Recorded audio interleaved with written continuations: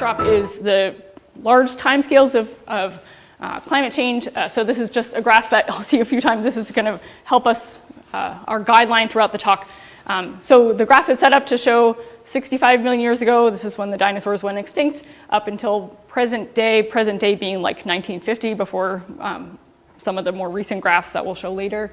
And this is a relative temperature scale on the y-axis, and so it's just showing this kind of overall cooling trend that the Earth has been experiencing for about 65 million years. And so this is the backdrop of how our ancestors evolved. And so we talk very briefly in the book about the forces that created this kind of overall cooling trend. And the leading hypothesis about this is that the rise of the Himalayas and other similar mountains created a cooling event as Earth builds mountains that helps to take carbon dioxide out of the atmosphere. And so that has led to this long-term cooling trend. That's the backdrop for the beginning of our book. So we then look at a somewhat shorter time scale from tens of millions to millions of years. And over a time scale of some millions of years, human ancestors and then humans evolved. And during this period, there was a shift on the whole toward cooler, drier conditions with certainly interruptions. And so one of the ways in which that general trend toward cooler, more dry conditions in Africa, because that's where human ancestors originally evolved, one of the effects was that it started to break up the rainforests where human ancestors lived, and their preferred food was fruit. And so as they found themselves living in sort of more scattered areas, it created an evolutionary advantage for some changes, such as tougher teeth to eat a more varied diet, such as tubers and roots, and also for more mobility along the ground to kind of forage for things like, again, roots and other things like that.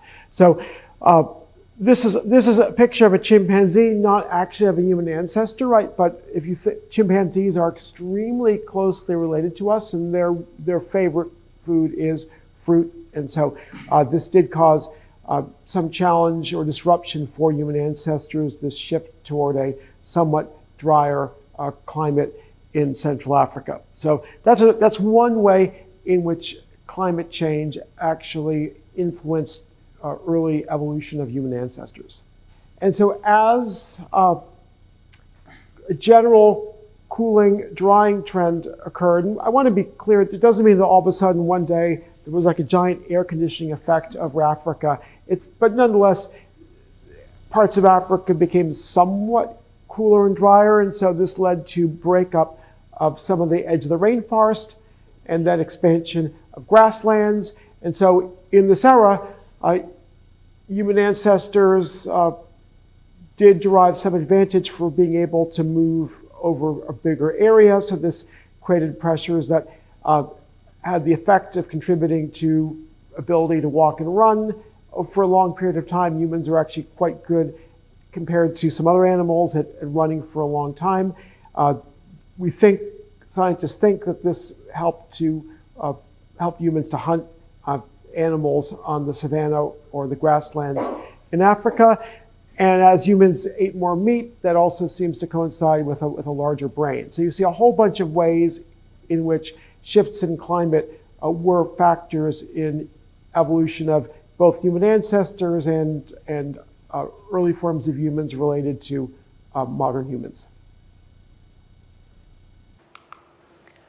So then we start to focus on a slightly more recent, in geological timeframes, timescale, looking at changes over essentially the past million years. And so if you're familiar with looking at climate change, you may have seen graphs that look like this, just showing how carbon dioxide and temperature have varied over the past, in this case, 400,000 years, but this record does go back about 1 million years at this point. And so this graph is set up similar. So here is present-ish day. Again, present day is still 1950 from this graph's perspective, going back in time about 400,000 years on the towards the left. And so in the book, we describe the changes that we know about that have caused climate to change on this large time scale of hundreds of thousands of years, and these little animations at the bottom left are showing the three major things, astronomical forces that we know about, that we can map pretty easily, and that can be predicted into the future, that cause the amount of sunlight striking the Earth to vary. And so we know very well, because of our astronomical variations, how this affects climate on Earth. With no other, if natural forces alone were acting, we know how we would project temperature to change in the future based on what we've observed in the past. So on this still long but shorter time scale, eventually hundreds of thousands of years, there were a series of shifts in Africa's biomes because of these shifts. So for example, at different periods of time, the Sahara Desert shrank or grew. There were periods of time over the last tens of thousands of years where parts of the Sahara, which are today mostly sand, in fact were quite moist and had all sorts of animals that either don't live there today or live in very remote sort of areas today. And so this, scientists think that this contributed to dispersal of early humans. So different early humans dispersed in several different periods of time. We're Homo sapiens, and the scientists debate the exact timing. So maybe it was 50,000, 60,000, 70,000 years. An expert on this debate could say a lot more, but on that time frame, our species did disperse from Africa. And so this is showing you this kind of general dispersal idea. And as humans dispersed, they gradually went to other parts of the world. So you see humans dispersing toward Oceania, Australia, Europe, and Asia. Also, rise and fall of sea level affected dispersal routes. So for example, during periods when the climate was slightly colder, more water was locked up as ice, if that's the locked up accurate word, which meant lower sea levels. Conversely, during warmer periods, there would be more water. And so land bridges at different times did help dispersal.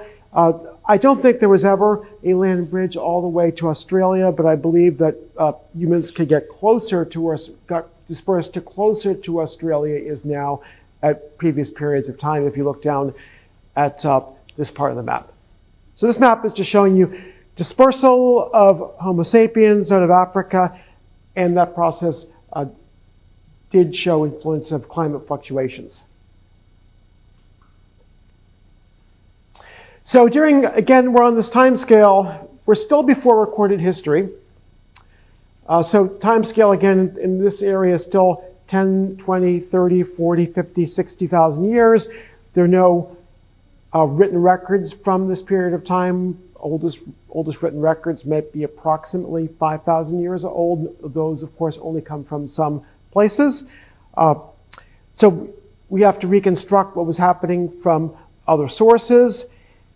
During cooling periods, ice sheets grew. And so as ice sheets grew, in some cases, this led to the extinction of some lineages, but it also led to further dispersal. Humans seem to have been remarkably resilient and adaptable in some cases and living really pretty close to ice sheets, but at the same time, we have this concept of glacial refuges, that is places that humans or frankly other animals might live during the periods of ice age away from the coldest areas. Other ways in which humans adapted was to create more clothing. We can't find clothes from tens of thousands of years ago because fibers don't last that long, but there's indirect evidence of clothing from the kind of tools like this drawing of a needle that would have been used. And these are diagrams of needles from the last glacial maximum, which is commonly called the Ice Age. And that Ice Age is one of a series of glacial maxima over, 500,000-600,000 years. So what we're seeing is that people did adapt to the last glacial maximum. In some cases, they dispersed away from the ice. They also made other changes in their lifestyle, such as using fuel, probably bones from large game could have been a fuel source as well. So the changes that we've talked about so far and the records that we have, because we're talking about longer time periods, are mostly global in extent. But when we focus on our next time scale, which is in more recent, the past 10,000 years and sooner, we actually are able to start to get into additional records that show that the global record that we have, which is obviously very helpful to examine, but we can actually start to examine some regional variability. And so the graph that's on the upper left-hand side has a bunch of crazy squiggles and colors, but it's because we have records from a bunch of different regions. And so we can start to get a sense of not only global climate change, but then once we have the backdrop of either warming or cooling, how does it play out in different regions? And what we find is that regions are quite variable in how they react to forcing on a global scale. And so we are looking at the past, this record starts about 12,000 years ago, which is when there was an overall starting to be a warming trend. We did dip down into almost glacial conditions during this period, and that's what that animation on the left-hand side is showing. One of the discussions that we have is how changes in ocean circulation it plays a kind of a dominant role in the book because it has such a dramatic effect on climate. And when we have observed changes in the past, like a major change that occurred 12,000 years ago, the Younger Dryas is the time period I'm talking about, if you've heard that term. It also played a role in the changes in the Little Ice Age. So when there's a slowdown in ocean circulation, that tends to lead to cooling, and the question is whether or not that's global in signature. And so from the time period back to 12,000 years, we can look at that globally. For the Little Ice Age, which we'll talk about in a few minutes, we can start to look at how this change in ocean circulation affects regions differently. So the backdrop of the next time frame is primarily focused on the Holocene. The Holocene is the last 10,000 years. And so compared to the previous changes that we observed in climate, which were much more drastic in extent or in kind of going from extremes, the last 10,000 years have been primarily stable in the grand scheme of geological time. And so this is the backdrop for when we started to see civilizations developing. And so a huge part of the book is based on this particular time frame. Yeah, the Holocene is when all human civilizations have existed. Humans existed before the Holocene, but did so in much smaller populations, very small compared to today's population as hunter-gatherers. And so any ancient human civilization that anyone can think of anywhere was a Holocene civilization. Farming, also human farming occurred during the Holocene. Domestication of animals and plants, mostly, it may have occurred a bit before, but mostly took place during the Holocene. The Holocene saw massive growth in human population. We would never have had a population of billions, let alone of hundreds of millions of people before the Holocene. So the Holocene is what people think of when they think of history, and frankly, most prehistory as well, regardless of what part of the world we're talking about. This shows you domestication of different crops in different parts of the world. So people in different regions began to domesticate crops, whether it was maize in the Americas or different forms of grain in the Middle East or rice in East Asia, and you can see other examples, and adopted farming and also were pastoralists raising animals in some cases, and this did contribute to a rise in population after the last glacial maximum. And again, the size of the population 60, 70, 80,000 years ago is hard to estimate, but it would really be shockingly small compared to today. And so, yes, this just shows you an image from Egypt. Egyptian civilization was one of these many, many Holocene civilizations, but again, so too would be Mesopotamia or the Incan or Aztec civilization or early South American or Central American civilizations, or really any civilization anywhere would be a Holocene civilization. And you see here some images of people working in agricultural tasks. And again, that would be the typical, not the typical kind of activity for most people in most places. In the Holocene, there were still hunter-gatherers, but the population, the proportion of the population committed or working in agriculture or raising animals just grew and grew and grew. On the one hand, this created possibility for more specialization. It also probably created more possibility for endemic diseases. So there were pretty big changes with the Holocene. So this is an amazing example. And we can't talk about all the examples we discuss in our book or in class, but we'll try to focus on a few. This is a really amazing one of how a remarkable human site both benefited from a comparatively stable climate, but also suffered gravely from a climate fluctuation. So what you're seeing here is an image of a city called Mohenjo-Daro. It's part of what archaeologists call the Indus River civilization. The Indus River today you would find in Pakistan, in South Asia. Today, this civilization is gone. It only survives in ruins or excavated sites.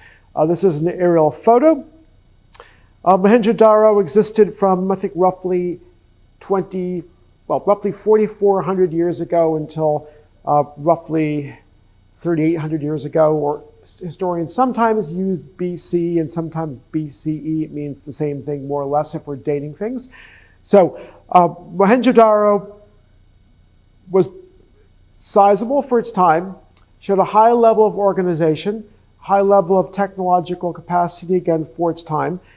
And then the population ceased to live there. So that's raised questions about why this happened. Why would people go to the trouble to build this large site and other sites like it, and then why would they abandon a site after having spent considerable time, energy, capital, labor, ingenuity building it up? And so it's been kind of a mystery over the years, and historians and archaeologists and scientists have moved toward an explanation which really focuses on climate fluctuations in the Holocene. So an earlier theory suggested that invasion was responsible, but we don't think that's the main factor anymore. Yeah, so this is work that came out of primarily from Woods Hole Oceanographic Institution in Falmouth. And so scientists were able to collect cores from the ocean that allowed us to understand a little bit more about what may have caused the demise of the civilization. And so again, not to take you through, obviously I like graphs, not to take you through too many, but the top graph is showing evidence. Essentially it all leads back to the changes in the monsoon and how the changes in the rains associated with the monsoon helped supply the river with plenty of water, and that helped obviously this civilization with their agriculture. And so the top graph shows the changes in how much water essentially there was being emptied through the river out into the bay. And so the graph is set up so high levels are actually fresher water, and then when you see dips, those are saltier times, and that means that there was less rain at that time. So the river became, there was less water flowing through the river, experienced a relative drought, and that is what led, the hypothesis is that the drought is what led to the demise of the civilization.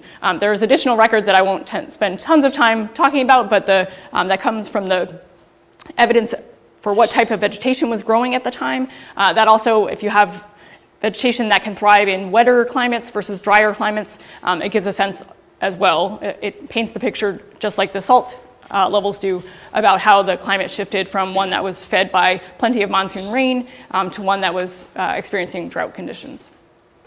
And so the graphics on the bottom just talk a little bit about the changes in the civilization that Ben described. And then I have a little graphic talking about the monsoons. So I'm sure people are familiar with the concept of a monsoon, but essentially the interesting thing about this is that the strength of the monsoon changes as a result of the changing amount of energy we get from the sun. And so in times when we have more energy from the sun, that leads to stronger monsoons. And so that's about 4,500 years ago. This was a region that experienced strong monsoons because of the input from the sun. And as the input from the sun decreased a little bit, the monsoons weakened, and so the rains didn't get, or the water didn't get quite to the Indus River as much as it had in the past. And so again, this was a kind of a massive drought condition that led to the fall of this civilization. So there are lots of examples that we talk about in the book that link directly to drought conditions and how that, obviously, you need water to support your farming. And so that was a huge part of the fall of many civilizations during this time. Generally, over time, large human societies in the Holocene became somewhat more resilient to shifts in climate based on their ability to just create large stores of food. That's a slow trend over time up to a point. So the Roman Empire benefited from relatively favorable conditions and grew to be quite large. We'll skip over that pretty quickly. We then move on in a scale of hundreds of years to look at fluctuations in the Holocene over the last 1,000 years. And so this is a fascinating example of one of the changes about 1,000 years ago. Slight warming in the North Atlantic, is that fair to say? And this meant it was a little bit easier to travel along the North Atlantic. And this is the period of time when people from Scandinavia, we might call them popularly Vikings, traveled to Iceland, Greenland, and then all the way to Newfoundland. And this is a Canadian national park on the northwest corner of Newfoundland, where Vikings or people from Scandinavia set up a base for probably 10, 20, 30 years. It's definitely a great place to visit. They went there for various reasons. It was probably easier to make these trips during a slightly warmer period. So those fluctuations have an effect. And this is another amazing example, and we can't take too much time to talk about all the individual examples. It's another civilization affected by climate shifts. In this case, as Liz mentioned, drought has been one of the main threats to civilizations. Chaco Canyon was a very elaborate indigenous or native site. You can find it in northwestern New Mexico. It has, I think, the largest structures built in what is now the United States up until the city of Chicago. It's well worth seeing, I would say, having been there recently. If you do visit, make sure you have a good car with good clearance. The road is really bad going in there, but it's fantastic. But the thing is that these ancestral people built up this amazing site. They traded in turquoise, and then, once again, as in the case of Mohenjo-Daro, they apparently abandoned the site. There are different theories about why, but once again, drought seems to have been a major challenge that they faced.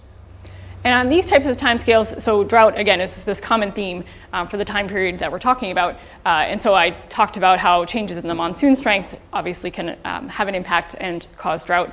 On these other timescales, we also bring in the concept of El Nino, which again, I'm sure many of you have heard about. El Nino tends to bring a lot of rain to some areas, but there are other areas that experience drought conditions in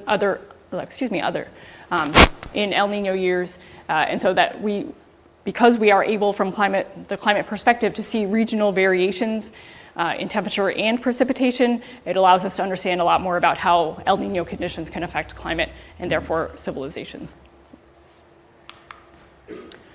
Okay, and then we start to make the transition to more recent time scales. This is a graphic that, again, some of you may be familiar with. It's referred to as the hockey stick, to where we start to see the kind of temperature decline a little bit, and then at the red on the end is where we start to see our more recent human impacts on climate as temperature starts to jump up. And so now we're looking kind of over hundreds of years, the different forcings of climate, and we are getting into and shifting gears at this point for how climate was forcing changes to human civilization to now a time period where human civilization is starting to affect climate. We do discuss in the book that there are some hypotheses that humans actually began to affect climate even as long as 8,000 years ago when farming began. But for most of the purposes of the book, we talk about the most recent pressures that we've put on the climate because of the Industrial Revolution. Yeah, so there are some interesting theories that even early farming had some slight impact on the climate because of release of methane, but that was far less powerful than recent industrialization. There's still some discussion of to what extent early methane release from early farming had an effect. What this shows you is that over the last several or 5, 6, 7 centuries, once again, we see climate fluctuations having some effect. So the broad trend is quite a bit of resiliency by civilizations over time as they develop transportation networks, right? As they're better able to move food around, as they're better able to stockpile food, but nonetheless, there's still a pretty major piece of evidence that drought is often very damaging. So in the case of China, we can't say it's the only factor, right? There are invasions and wars and dynastic struggles and rebellions, but it does seem that cool and dry periods are associated with dynastic problems in the case of China. So you see the fall of the Ming Dynasty occurred during a comparatively cold period. And the Ming Dynasty was the last Chinese dynasty led by a Chinese family. After that, the Manchu or Qing Dynasty was led by a Manchu dynasty from Manchuria, just to the north of China. So this is I love this picture. It's from the Low Countries, Netherlands, right? And it shows you pretty dramatically climate change on a scale at this point of hundreds of years. This is during what historians sometimes call the Little Ice Age. Slightly misleading term because it was not an ice age, right? But it was a period of comparative cooling in, can we say, the Northern Hemisphere? Kurt, it's probably at different times in different places a little bit. But the amazing thing here is that these people are skating on canals, and the truth of the matter is that nowadays that would be extremely hard to do in the Netherlands because it's almost never cold enough to do this anymore. I won't say never, but almost never. So there's a famous Dutch skating race in which people skate from town to town, and it hasn't happened for years now. And short of a volcanic eruption, which might cause temporary cooling, I don't know that it'll ever happen again. Can't predict that for certain, but the period of time since it last happened is just getting longer and longer and longer. But at the same time, the Dutch really adapted to the cold. They built up an empire during the cold. They built fireplaces, imported furs, so that shows you that resiliency. So civilizations were increasingly able, if they were wealthy and prosperous, to decouple themselves a little bit more from fluctuations in climate. And again, looking at the Little Ice Age is an interesting case study from the climate science perspective because it's recent enough that we have decent records that we can really examine what was going on. But there's still about 3 major forcings that are debated as being the major impact on causing a cooling during this time period. So volcanic eruptions is one potential cause, that there was enough ash in the atmosphere over many, many volcanic eruptions that it helped to lead to cooling. Changes in ocean circulation, as I mentioned before, leads to cooling. And then a reduction in CO2 in the atmosphere also could be connected during this time period to the Little Ice Age, the cooling. And this is just a great picture by the Dutch master Vermeer, and what you see here, of course, his subject is not the Little Ice Age, but you see people with nice clothing, and the point is simply, for our purposes, that people in cold climates were able to, create good clothing and have fireplaces and good walls and adapt to those kind of fluctuations. So the general trend is, over time, the more prosperous societies increasingly able to decouple themselves a little bit more from crises caused by climate fluctuations. Just to give you a sense of what's going to happen, that's going to shift. So that decoupling is ending. In other words, people are, in many areas, becoming increasingly susceptible to climate change. So the big change that we alluded to earlier was that at a certain point, people became the major cause of climate forcing on the time scale we're looking at, right? And this is one of the causes, the Industrial Revolution. This is a model of James Watt's steam engine. It was not the first steam engine, but it was a more advanced steam engine. So steam engines drew upon fuel sources. A great fuel source for a steam engine turns out to be coal. And so what we see with the Industrial Revolution is increasing demand for coal and eventually for oil and gas, in general for fossil fuels or fuels that are derived from fossils, and that's had a major effect. This just shows you that industrialization spread. It began in Britain, it moved to other parts of the world. This shows you street lights from Tokyo in the late 19th century. So as industrialization spreads, right, as more and more people want to have the same lifestyle, the same things, right, the same goods and services that people do in industrial countries, that can perhaps give them more benefits, more leisure, more stuff, but it also creates, a higher use of fossil fuels.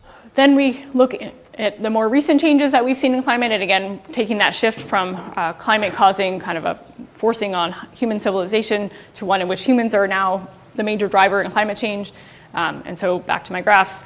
So this graph here on the right-hand side showing the temperature changes, it's actually a temperature anomaly, so a shift from a baseline that's represented as 0. So again, we're seeing the temperature increasing since 1880 with some ups and downs, but overwhelmingly increasing, especially in recent times. And the rate of warming is happening much faster in recent times. And that is connected directly to our carbon dioxide curve over here on the left. This is a record that is taken from the Mauna Loa Observatory in Hawaii. So that we started collecting CO2 measurements in 1958, and it's been happening ever since. And so this is kind of the classic graph that you see representing climate change as a result of human activity.